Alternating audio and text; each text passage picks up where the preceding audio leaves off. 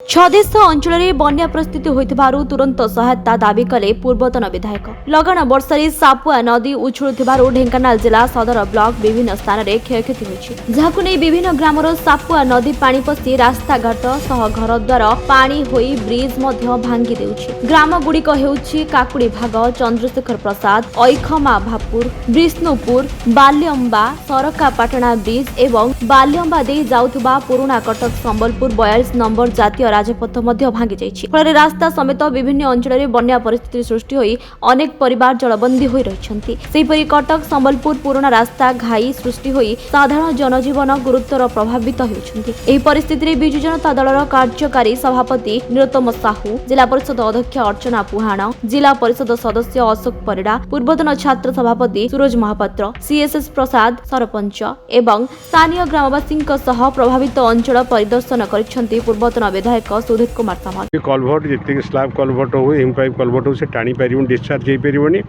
एवं आगामी दिन में छदेशर मिनिमम 20-25 गाँ बुड़ाटा फाइनाल हम।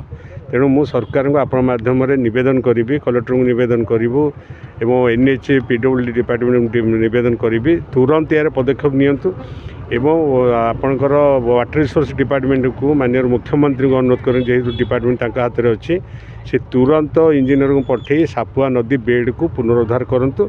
सापुआ नदी को ड्रेजिंग नकला माने बहुत गाँ अफेक्टेड हो जलबंदी भितर रे एवं जहाँ मुझे शुणिली जे किसी जलबंदी भितर थे 48 घंटा ठीक रिलीफ दिखाई पारिनी।